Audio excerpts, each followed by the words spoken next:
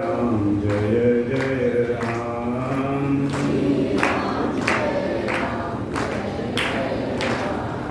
श्री राम जय जय राम।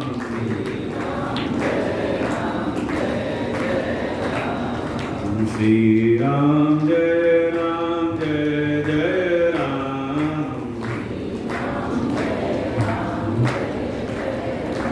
राम श्री राम जय जय राम। राम श्री राम जय जय राम।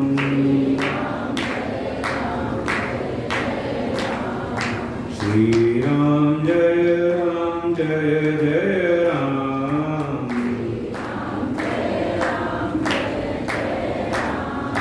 श्री राम जय जय राम।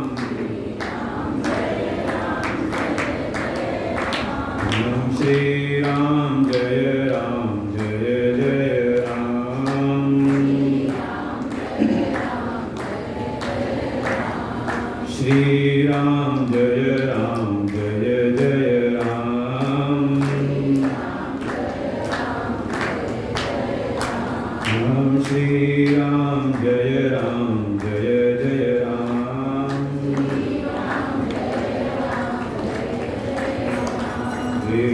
से बोल सच्चिदानंद भगवान की, वृंदावन बिहारी लाल की, राजा रामचंद्र भगवान की, उमापति महादेव की, श्री भागवत भगवान की, श्री सद्गुरुदेव भगवान की जय।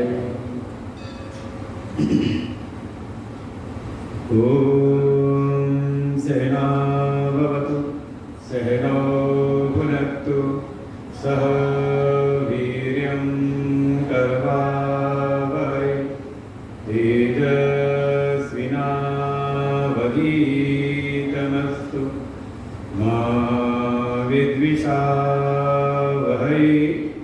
ओम शांति शांति शांति। अखंडमंडलाकारं व्याप्तं येन चराचरं तत्पदं दर्शितं येन तस्मै श्री गुरवे नमः।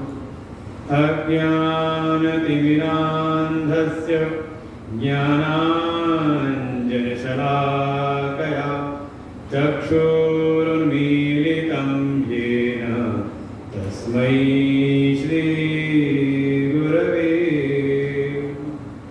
गुरुर्ब्रह्मा गुरुर्विष्णु गुरुर्देवो महेश्वर गुरुर्साक्षात् परं ब्रह्म तस्मै श्री गुरवे नमः। त्वमेव माता च पिता त्वमेव बन्धुश्च सखा त्वमेव विद्या द्रविणं त्वमेव सर्वं मम देव। गजाननं भूतगणादिसेवितं कपिध्वजम्बूफलचारुभक्षणम् उमासुतं शोकविनाशकारकं नमामि विघ्नेश्वरपादपङ्कजं।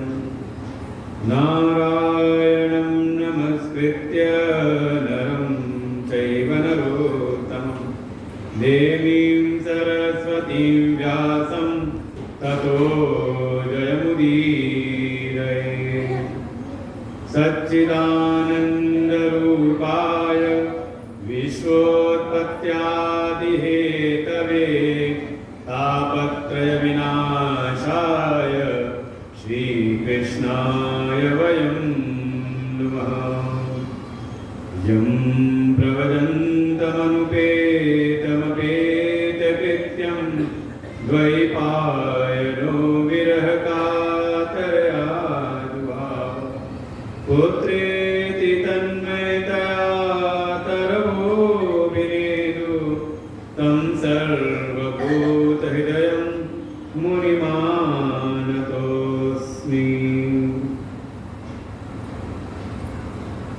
राजोवाच कथितो वंशविस्तारो भवता सोमसूर्यो राज्ञां चोभयवंश्यानां चरितं परमाद्भुतम् यदोषधर्मशीलस्य नितरां मुनिसत्तमं तत्रांशेनावतीर्णस्य विष्णोर्वीर्याणि शंशनः अवतीर्यं यदोर्वंशे भगवान् भूतभावनः कृतवान् यानि विश्वात्मा तानि नो वद विस्तरात् एतदन्यच्च सर्वं मे मुने कृष्ण विचेष्टितं वक्तुमर्हसि सर्वज्ञ शब्दधानाय विस्तृतम्।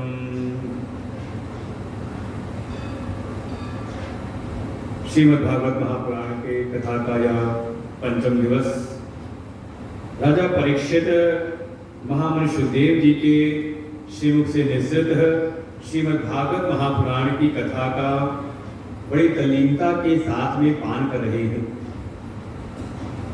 भगवान के अन्य जो अवतारों के चरित्र लीलाओं का वर्णन किया उनको बड़े प्रेम से सुनते आ रहे हैं, लेकिन जैसे ही यदुवंश में अवतीर्ण हुए भगवान श्री कृष्ण की कथाओं का प्रारंभ किया, जैसे राजा परीक्षित ने प्रार्थना की महामुनि सुखदेव जी से कि हे सुखदेव जी, आपने जो भगवान के अन्य अवतारों का वर्णन किया संक्षेप से, वैसे आप भगवान कृष्ण की कथाओं का वर्णन न करें, अर्थात थोड़ा विस्तार करके, क्योंकि ये वही भगवान श्री कृष्ण हैं जिनकी कृपा, जिनकी छत्र छाया में रह करके हमारे कुल का वर्धन हुआ है।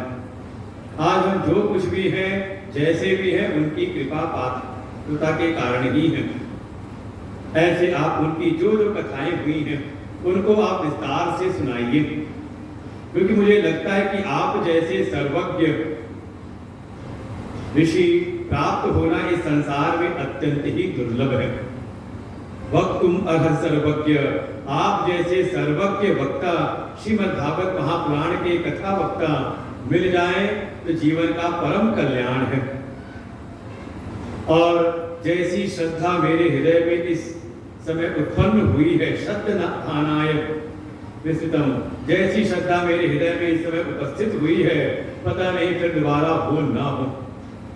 तो वास्तव में कथा का प्रभाव तब फलीभूत होता है जब ऐसा गुरु और शिष्य के बीच में संबंध स्थापित हो जाए। जो कथा के श्रोता हैं वो श्रद्धा से युक्त हो और ऐसी दृढ़ भावना हो कि जिनसे हम कथा सुन रहे हैं वे सर्वज्ञ हैं, वे कथा के तत्व को जानने वाले हैं।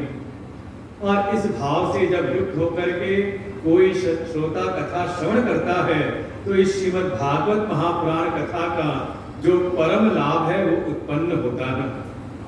ऐसे जब प्रार्थना की राजा परीक्षित ने, सुखदेव जी तो प्रसन्न मुद्रा में कथा सुनाई रहे थे, वो अत्यंत ही प्रसन्न हो गए कि ऐसी श्रद्धा, ऐसी निष्ठा भगवत कथा में। सम्यक कृस्तो बुद्धि तव राजन सत्तमः वासुदेव कथा प्रश्न ते यज्जाता नैष्ठिकीरति। कि हे परीक्षित, जैसी श्रद्धा, जैसी निष्ठा आपकी इस कथा में उत्पन्न हुई है, ये वास्तव में जगत में दुर्लभ है। आपकी बुद्धि तो वास्तव में सात्विक है, लेकिन जैसी निष्ठा आपके भीतर है वैसी इस जगत में अत्यंत ही दुर्लभ है। और ये तो कथा की महिमा है कि जो कोई भगवान श्री कृष्ण कथाओं का श्रवण करता है, इस कथा का जिज्ञासु बनता है, इस कथा का आयोजन करता है और जो कथा का वाचन करता है, वो तीनों ही इस कथा से परम पवित्र हो जाते हैं। वासुदेव कथा प्रश्न पुरुषां स्त्रीन् पुनाति ही वक्तारं पृच्छकं श्रोतिन् तत्पाद सलिलं यथा। जैसे कोई गंगा जी में जाकर के स्नान करे, पवित्र नदियों में स्नान करने से उसका तन मन पवित्र होता है, ऐसे ही श्रीमद् भागवत महापुराण की कथा भी उसी गंगा स्वरूप है, जिसमें जो भी गोता लगाए, चाहे कोई इसका वक्ता हो, चाहे इसका कोई श्रोता हो, और जो कोई इसका आयोजन करता हो, वो भगवान के परम प्रिय हो जाते हैं। वास्तव में वो कथा श्रवण के द्वारा इस कथा से का वो परम पवित्र हो जाते हैं। आपने जैसे पूछा है वैसे मैं आपको सुनाता हूँ कि भगवान अवतार लेते हैं मथुरा की कारागृह में। वसुदेव और देवकी के माध्यम से भगवान आए हैं, और भगवान की तो क्या महिमा गाई जाए। जिस क्षण भगवान देवकी के गर्भ में प्रवेश किए, देवकी का पूरा तन मन पवित्र होता है, ऐसे तेज से प्रकाशित होता है कि पूरा कारागृह ही जैसे प्रकाश से भरपूर हो जाए। कोई न कोई देवता आकर के भगवान की गर्भ में स्तुति करते हैं, और एक समय तो सारी जो श्रुतियां हैं, वेद मंत्र हैं, वे भी ब्रह्मा जी के साथ आकर के भगवान की सुंदर स्तुति करते हैं। जैसे साक्षात सत्य स्वरूप परमात्मा स्वयं प्रकट होने जा रहे हैं। सारा वातावरण अनुकूल हुआ, दिशाएं, काल, स्थान सबके सब परम पवित्र हुए, और भगवान का अवतार होता है। लेकिन भगवान रुकते नहीं गोकुल में। अरे यहाँ मथुरा में भगवान ने आज्ञा दी वसुदेव जी को, ले जाकर के मुझको छोड़ आओ गोकुल, जहां पर एक कन्या प्रकट हुई है, मुझको वहां छोड़ करके उस कन्या को यहाँ ले आना। यहाँ तो साक्षात परब्रह्म अवतार सोपाधिक रूप लेकर के प्रकट हुए हैं, और ऐसा दृश्य है कि मथुरा में सबके सब सो रहे हैं।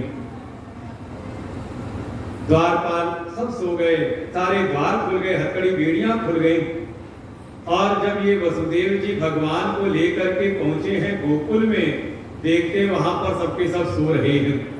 जहां प्रगटी है भगवान की माया, योग माया प्रकट हुई है कन्या के रूप में, वहां सबके सब सो रहे हैं। जा करके भगवान को रखा गोकुल में, और वहां जो प्रगटी माया है उसको ले आए, कन्या स्वरूपा जो है उनको ले आए मथुरा में, और दोनों जगह का दृश्य बदल जाता है। उधर गोकुल में सब जग जाते हैं, भगवान आए तो कोई सोया नहीं रहता, सब जग जाते हैं, वहां उत्सव प्रारंभ होता है। और इधर जब कन्या आई कारागृह में, तो जोर जोर से रोने लगती है। वही अंतःपुरद्वारा सर्वा पूर्वदा कृता, ततो बालध्वनिं श्रुत्वा गृहपाला समुत्थिता। वो सारे जो द्वार थे वो सब पूर्ववत ही बंद हो गए, हथकड़ी बेड़ियां भी लग गई। जब सब कुछ सामान्य हो गया, अब वो कन्या जोर जोर से रोने लगती है। ततो बालध्वनिं श्रुत्वा, और उसकी रोने की आवाज सुन करके ये जितने गृहपाल थे, द्वारपाल सब जग गए, जा करके कंस को सूचना दी।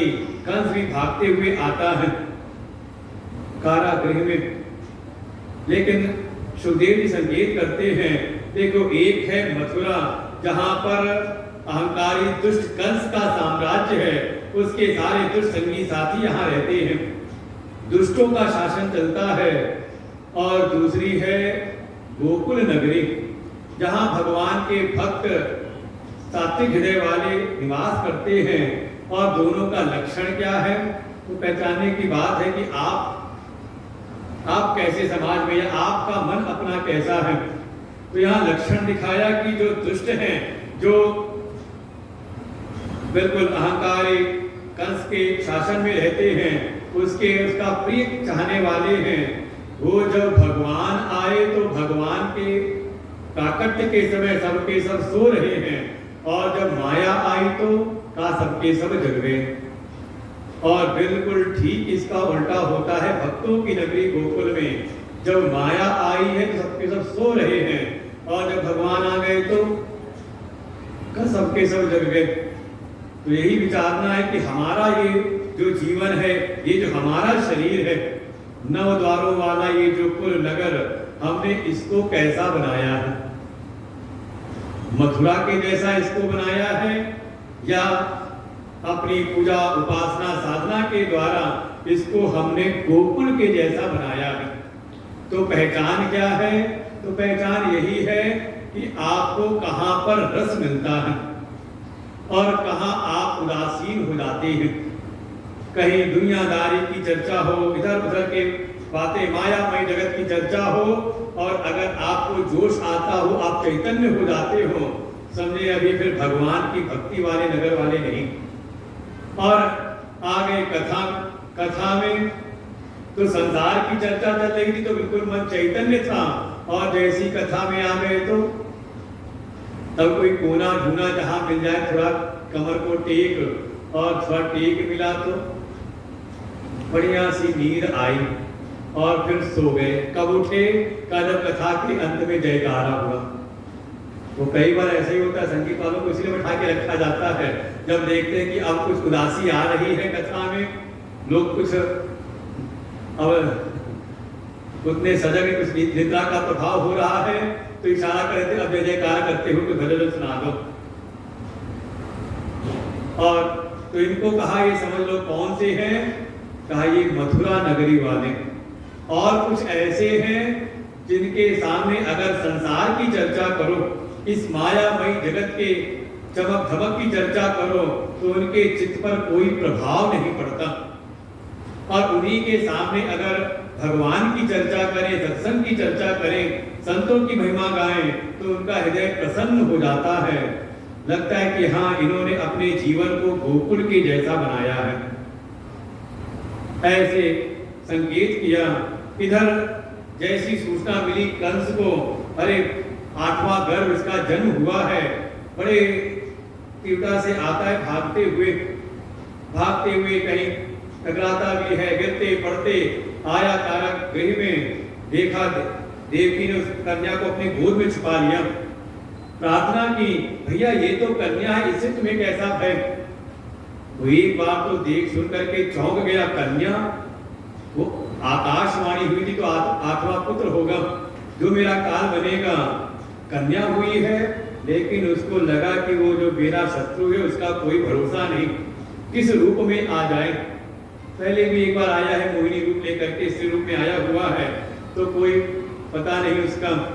देवकी के गोद से उसको छीन करके जो भी शिला पर पटकने को हुआ, वो कन्या तो जैसे उसका हाथ रख के आकाश में चली जाती है, और आकाश में दिव्य रूप धारण करके अदृश्या तनुजा विष्णु सायुधा अष्टमहाभुजा, और 8 महाभुजाओं से युक्त सारे उनके हाथों में अस्त्र शस्त्र धारण किए हुए सिंह वाहिनी दुर्गे मैया की साक्षात एक दिव्य स्वरूप में प्रकट हुई। सारे देव गंधर्व पुष्प वर्षा करते हैं। ये कंस भी देख करके अत्यंत भयभीत हुआ, ये कौन आ गई? लेकिन उन जो देवी प्रकट हुई उन्होंने जोर से फटकार लगाई, किम मया हतया मंद जाता खरु तमांतगत, अरे मूर्ख, मुझको मार करके तेरा क्या भला होगा? तेरा जो काल है, तेरा जो वध करने वाला है, उसका जन्म तो हो चुका है। व्यर्थ में इन देवकी वसुदेव को तू कष्ट मत दे। ऐसा कह करके वो देवी तो अंतर ध्यान हुई, और ऐसी मान्यता है कि वो देवी जा करके विराजमान होती हैं विंध्य पर्वत पर, विंध्याचल पर्वत पर, और आज भी साक्षात देवी वहां पर भक्तों पर कृपा कर रही। इधर जो कंस है अब तो भयभीत होकर के क्षमा याचना करता है, हे मेरी बहन, हे मेरे बहनोई, आप मेरे अपराधों को क्षमा करिए। वैसे इसमें मेरी भी कोई गलती नहीं, मेरी कोई कमी नहीं, ये जो कुछ भी मेरे द्वारा हुआ है ये तो छल करके देवताओं ने मुझसे ये अपराध कराए हैं। दैवम अपि अनितम वक्ति नामर्त्या एव केवलम, इसमें केवल मेरा ही दोष नहीं है, बल्कि देखो उन देवताओं ने झूठी आकाशवाणी करके मुझसे कैसे ये पाप करवा दिए। हे मेरे बहन, हे मेरे बहनोई, आप शोक ना करिए। अरे ये सब तो मां शोचतम महाभाग आत्मजान सतकम भुज, हे मेरे भाई बहनोई, आप शोक ना करें। वास्तव में ये सारे जीवों का जन्म मरण तो उनके प्रारब्ध के अधीन है। ये बड़ी सब ज्ञान की बातें उस समय कही है। ऐसा कह करके उस दिन देवकी और वसुदेव को कारागृह से मुक्त कर दिया, क्योंकि देवी कह के गई थी कि व्यथा व्यर्थ इनको व्यथित मत करो। ऐसा कह करके जब ये कंस आया अपनी सभा में, यहाँ इसके कुछ विशेष सलाहकार हैं, एक से बढ़कर एक दुष्ट, चारों मुष्टि, क्षल, तोषल, कूट, बकासुर, अघासुर, ये सब इसके मंत्रिमंडल के सहायक हैं। जब सभा बैठी विचार होने लगा कि देखो पहले जो देवताओं ने आकाशवाणी दी थी वो तो झूठी निकल गई, लेकिन ये जो देवी साक्षात प्रकट हुई थी इन्होंने भी कुछ कहा है कि राजन आपका जो शत्रु है वो कहीं और जन्म ले चुका है, क्या किया जाए। किसी ने कहा कि ऐसा करते हैं, एक तरफ से जितने भी नवजात शिशु हैं उन सबका वध करा देते हैं। दूसरे ने सलाह दी ऐसा करना उचित नहीं, अगर ऐसा किया तो कहीं प्रजा में विद्रोह ना हो जाए, प्रजा पलायन ना कर जाए। जब राज्य में प्रजा ही नहीं रहेगी तो शासन किस पर करेंगे। तब किसी तीसरे ने सलाह दी राजन आपको चिंता करने की क्या आवश्यकता है, आपके पास तो एक से बढ़कर एक मायावी राक्षस हैं, आप किसी एक को भी इस कार्य में लगा दीजिए, वो छद्म रूप बना करके छुप करके जैसे तैसे एक एक करके जो भी नवजात शिशु हैं उनका वो वध करता जाएगा और प्रजा में ऐसी धारणा बन जाएगी, ऐसा प्रचार हो जाएगा, लगता है जैसे कोई महामारी फैली हुई है कि सारे नवजात बालक मरते जा रहे हैं। लेकिन कहाँ उसको ढूंढा जाए, वो जो आपका शत्रु विष्णु है कहाँ पर जन्म लिया है, कहाँ पर हम अपना ये सारा प्रयास करें। किसी ने कहा वो जो भगवान है, भगवान विष्णु है, मूलम विष्णु देवानाम, जो सारे देवताओं के स्वामी विष्णु हैं वो तो वही निवास करते हैं जहां सनातन धर्म हो, और सनातन धर्म उसका निवास कहां पर है तो कहा तस्य च ब्रह्म गो विप्रा तपो यज्ञा सदक्षिणा, जहां पर ये सारे लक्षण विद्यमान हो। कौन कौन से, जहां गौ की सेवा होती हो, जहां विप्रों की वेद पाठी ब्राह्मणों की जहां सेवा होती हो, जहां पर तप किया जाता हो, तपस्या की जाती हो, जहां पर सदक्षिणा दक्षिणा से युक्त यज्ञ किए जाते हो, वहीं पर सनातन धर्म प्रतिष्ठित है और वहीं पर भगवान का निवास होता है। अब कल्पना करें सबके सब आपके आश्रम में तो हो ही रहे हैं, गौ सेवा भी हो रही थी लेकिन किसी कारण में हटा दिया गया। लेकिन देखिए वर्तमान में कम से कम तपश्चर्या है और वेद पाठी ब्राह्मण रह रहे हैं और पूरा तपश्चर्या पूर्वक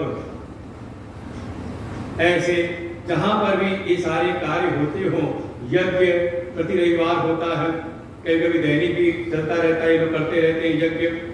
तो ऐसे जहां पर भी ये सारे धर्म के अनुष्ठान होते हैं वही सनातन धर्म प्रतिष्ठित है और वहीं पर भगवान का निवास।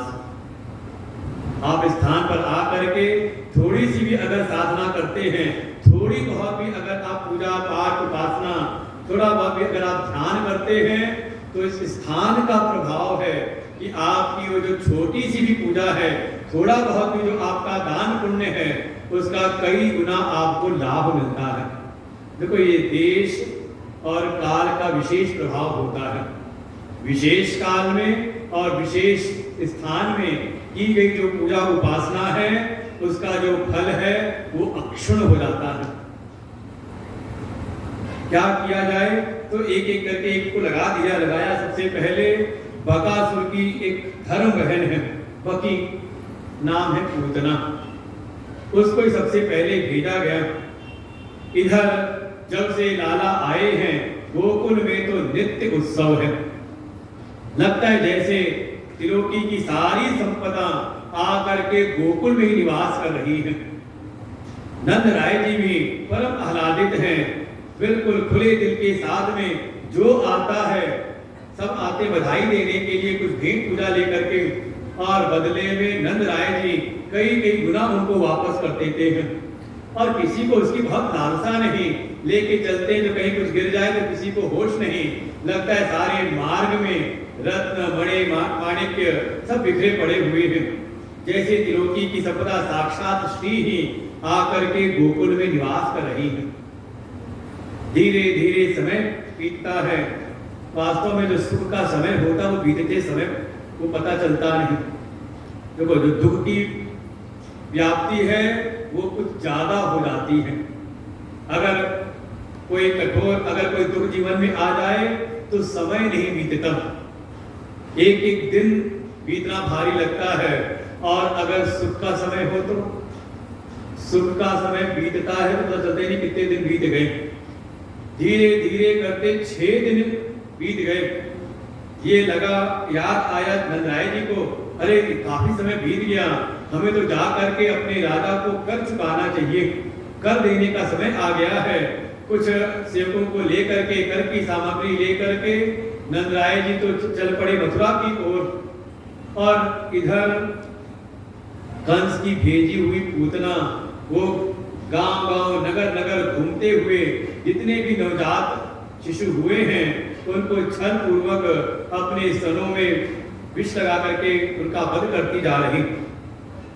इधर मथुरा पहुंचे नंदराय जी, राजा कंस को उन्होंने अपना वार्षिक कर चुकाया और साथ ही अपने उत्तराधिकारी की भी सूचना दी। इससे पहले परंपराएं थी अपने उत्तराधिकारी की, हे राजन, भगवान की कृपा से हमारे यहाँ भी लाला का जन्म हुआ है, मेरा भी उत्तराधिकारी हो गया है। कंस ने पूछा, बधाई जी पूछा कब हुआ है? कहा अभी इसी अष्टमी की रात्रि को। वो जैसे ही सुना कंस ने चौकन्ना सा हो गया, इसी अष्टमी की रात्रि को, ऊपर मन से बधाई दी। इधर नंदराय जी को स्मरण आता है अपने मित्र वसुदेव जी का। चले गए उनके पास में, उनके महल में। इन पर बड़ी विपत्ति आई, इनके नजरों के सामने ही उनके 6 पुत्रों की हत्या हुई। एक गर्भ का पतन हुआ और एक तो कन्या रूप में हाथ ला करके अदृश्य हो गई। चल करके कुछ उनके दुख को बांटा जाए। और इधर सूचना मिल गई वसुदेव जी की नंदराय जी आए हुए हैं। वे भी बड़े भाव से प्रतीक्षा करते हैं। और जब दोनों मित्र मिलते हैं तो जो नंदराय जी के जीवन में जो अत्यंत आह्लाद है वो अपने आनंद, अपने सुख को व्यक्त नहीं करते, बल्कि अपने मित्र के दुख में दुखी होते हैं, उनके दुख को बांटने का प्रयास करते हैं। और उधर जो वसुदेव जी हैं जिसके जीवन में अत्यंत शोक की स्थिति है, लेकिन जब नंदराय जी आए, मित्र आए, तो अपना दुख व्यक्त नहीं करते, बल्कि बड़े प्रसन्न मन से उनको बधाइयां देते हैं। लेकिन वसुदेव ने कहा, अरे नंदराय तुम यहाँ क्या कर रहे हो? बताया कि वार्षिक कर देने आया था राजा को। वसुदेव जी ने कहा, अगर वार्षिक कर अगर दे चुके हो, वसुदेव उवाच करो वै वार्षिको दत्तो राज्ञे दृष्ट्वा वयं च नेहस्तेयं बहुतिथं सन्ति उत्पाताश्च गोकुले। अगर राजा को तुमने कर चुका दिया है, मुझसे भी तुम्हारी भेंट हो गई है, तो अब तुम ज्यादा देर यहाँ पर मत रुको, क्योंकि मुझको ऐसी आशंका हो रही है कि तुम्हारे पीछे गोकुल में कोई उत्पात होने वाला है। ऐसी उत्पात की जब आशंका हुई, सुना जब वसुदेव जी के मुख से, नंदराय जानते कि वसुदेव जी सत्यनिष्ठ हैं, इनकी कही बात कभी मिथ्या होती नहीं। उस उत्पात की आशंका जैसे ही मन में आई, तुरंत वसुदेव जी से विदा लेकर के चल पड़ते हैं। हरि शरणम, प्रभु रक्षा करो, रक्षा करो, ऐसे भगवान का स्मरण करते करते वापस लौटते हैं गोकुल की ओर। लेकिन इनके पूर्व ही कंसेन परिता घोरा पूतना बालकातिनी शिशुचचा जगन्नन्ति पुरग्रामावजादिषु। ये कंस की भेजी हुई राक्षसी नाम है पूतना। पूतना जो पूत को उठा करके ले जाए, स्वयं तो पूत है नहीं, पूत माने पवित्र, जो स्वयं है अपवित्र, और कोई अगर ऐसे पवित्र आत्मा मिल जाए तो का उनकी पवित्रता का जो हरण कर ले। वास्तव में साक्षात ये अविद्या स्वरूपिणी है। कथा को समझने का प्रयास करें तो चाहे यहाँ पर भगवान श्री कृष्ण के अवतार लीला हो, और चाहे त्रेता में आए हैं प्रभु श्री राम, उनके अवतार चरित्र हो, बहुत सारी आपको समानताएं वहां दिख जाएंगी। भगवान श्री राम भी आए थे, जब अवतार लिए थे तो सबसे पहले उनकी जो मुठभेड़ हुई थी एक राक्षसी से हुई थी, राक्षस से नहीं। एक स्त्री से ही उनकी मुठभेड़ हुई थी। नाम था ताड़का। और यहाँ भगवान कृष्ण आए हैं तो इनकी भी पहली मुठभेड़ एक स्त्री से ही, एक राक्षसी से ही होती है। नाम है पूतना। दोनों के नाम में समानता है, तीन ही अक्षर हैं, ताड़का और पूतना। जैसे संकेत है कि वास्तव में जो दोनों हैं ये है अविद्या। जीव को का जो जन्म है, जन्म का मूल हेतु है उसके भीतर की अविद्या। जब तक जीव अविद्याग्रस्त रहता है उसको न चाह करके भी बार बार इस शरीर में आकर के जन्म लेना पड़ता है। इसलिए भगवान संकेत करते हैं कि जीव का सबसे परम कर्तव्य है, प्रथम कर्तव्य है, वो सद्गुरु की कृपा प्राप्त करके अपने भीतर की अविद्या का नाश करे। जब तक अविद्या का समूल नाश नहीं होता तब तक जीव चाहे संसार में यहाँ कुछ भी प्राप्त कर ले, कुछ भी उपलब्धि करे, उसके जीवन में परम शांति नहीं आती। और भगवान आते ही सबसे पहले अविद्या का संहार करते हैं। जैसे भगवान का संकेत है कि देखो जन्म तो मैं भी लेता हूं, जैसे एक जीव का जन्म होता है वैसे जन्म तो मैं भी लेता हूं, लेकिन जीव का जन्म है अविद्या के कारण, वो माया के वश होकर के आता है। लेकिन जब मैं आता हूं तो अविद्या के वशीभूत नहीं, अविद्या का वश मुझ पर नहीं चलता, बल्कि अपनी अविद्या को अपने वश में करके अविद्या का नाश करते हुए मैं यहाँ पर प्रकट होता हूँ। ऐसी आई पूतना, बढ़िया सुंदर रूप बना करके वर्णन किया जैसे कोई बिल्कुल सुंदर देवी हूँ। और ये तो जब से लाला आए हैं इस गोकुल में रोज कोई ना कोई देवता, जैसे कारागृह में दर्शन करने आते थे देवकी माँ के गर्भ में ही, ऐसे जब से लाला प्रकट हुए हैं तब से कोई ना कोई देवता, कोई ना कोई देवियां आती हैं गोकुल में। ये पूतना ने भी बढ़िया सुंदर रूप बनाया, सोने से सज्जित बढ़िया अलंकार आभूषण ग्रहण करते हुए हाथ में कमल का पुष्प लिया और घुमाते हुए गोकुल की गलियों में चल पड़ती हैं। तो सारे गोकुल वासियों ने देखा, अरे इतनी सुंदर देवी, ये तो लगता है आज साक्षात लक्ष्मी जी प्रकट हुई हैं। उसने पूछा, लगता है यहाँ पर कोई लाला का कोई जन्मोत्सव मनाया जा रहा है। उन्होंने कहा हाँ, हमारे जो सामंत है नंद राय जी, उनके यहाँ लाला का जन्म हुआ है, आज उनकी छठी है, छठा दिन है, कुछ कड़ी चावल बन रहा होगा, आज उनकी छठी है, छठी उत्सव मनाया जा रहा है। और सबने मार्ग भी बताया, आप इस मार्ग से निकल जाइए। और वो पूतना चल पड़ती है, सीधे पहुंची नंद राय जी के महल में। जैसी भीतर प्रवेश किया तो देखा